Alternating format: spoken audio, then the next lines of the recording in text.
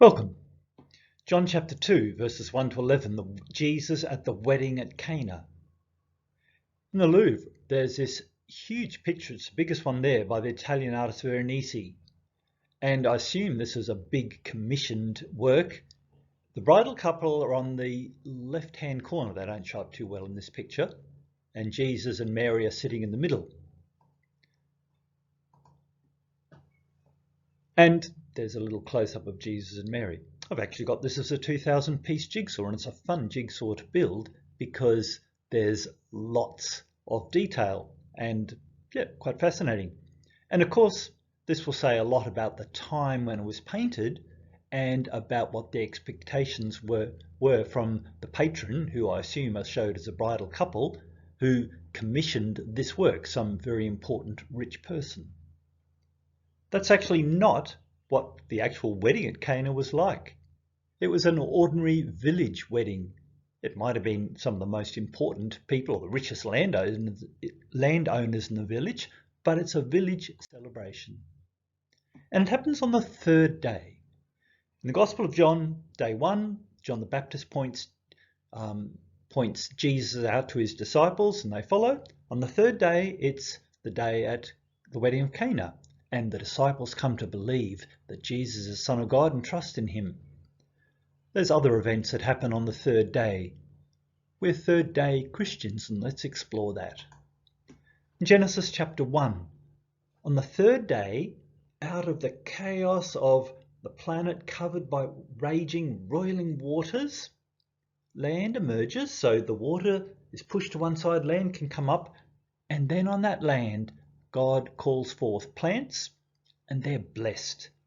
So it's a time of stability starting to happen, foundations, and the first bits of life, greening. And that's a lovely image for our lives too. Then later in Exodus, so the people have been slaves in Egypt, they've been rescued.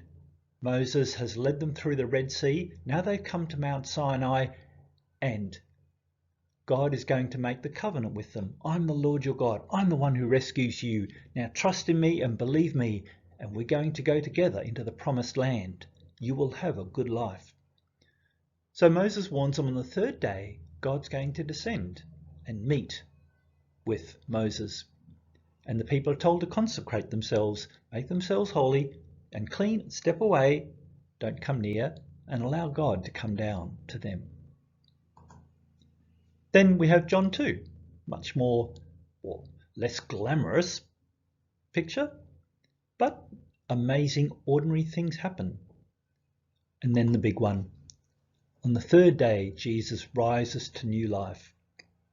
And there's the promise that he is always with us no matter what, that he meets us at the worst, most difficult times in our lives. That's the whole thing of Jesus going to the cross and then into the grave. And he takes us with him through that process into new life, life that lasts forever. And it's so easy for us to be caught running out, living in empty. That's a horrible place to be at emotionally, maybe even physically or financially, but spiritually, it's a place for potential great blessing. When we're empty, when the way we're doing things doesn't work anymore, then we start to look out of ourselves, and then there's a promise and the place for Jesus to step in and work in our lives. There's space for Jesus, and that's really important. I love the little phrase, full to the brim. There's these big, huge stone jars holding water for purification rites, maybe 600 litres of them. The servants are instructed to fill them to the brim. I love that. There's an abundance, there's a richness about that. And so often I'm a near enough is a good enough person. There are times when we need to fill things to the brim, because that's what Jesus wants to do for us and in our lives. Fill us to the brim with forgiveness, with grace, with mercy, with strength, with power. Another fascinating thing I noticed from this account is that the groom has no idea how to fix it and maybe isn't even aware of the problem. There's some talk going around because Mary obviously heard about it, and she talks to Jesus. Go and help. You can do it. How often are we oblivious to the problems that we're in sometimes, or oblivious to how to get out of it? Others are there for us. People who help us and bless us. And that's very important. And I think there would have been dancing at the wedding. And there are times for all of us when we've come through a difficult or dark time, when there's some sort of celebration, some sort of dancing. And remember, in the Middle East, dances are never individual. They're always group. Everyone around, big circles. And this text says the best is yet to come. No matter what our age or our physical condition, there's that promise. There is something better yet to come in our lives. So space for Jesus. And I came across this little interesting devotional practice the other day. Allow myself to receive love from God and from others. How do I do that? The woman who wrote this, these were her suggestions. Try this exercise. Sit quietly. Bring to mind those who care for you in the present and in the past. And I guess apart from my family and people around, I guess I would have immediately thought of my grandmothers, people who showed me love and care. As you recall each person, receive the love that is there for you. Let it into your heart.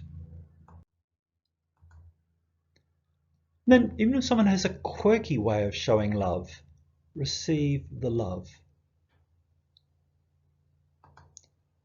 And it's not just quirky ways that people have. Sometimes they're pretty messed up. And maybe there are people who have been very difficult or painful or obnoxious in our life. Dysfunctional people, but they also showed us love. So somehow set the dysfunction aside, receive the love that came, maybe at great personal cost or hurt. But it's still love, and somewhere in behind that was God holding you all. Now, never mind if the person has never said, I love you. Lots of people have trouble putting it into actual words, so they've shown it through gifts of service, or gift giving, or touch. Doesn't matter. Receive love from them. Receive the love one by one. Hold all that love in your heart. Let it penetrate your whole being. How does it feel to consciously, intentionally receive all that love and to trust it and to trust the God who is wanting to fill you to the brim? Can you allow that to sustain your journey for the day? So, go in peace. Receive love, trust it, trust that Jesus is there for you.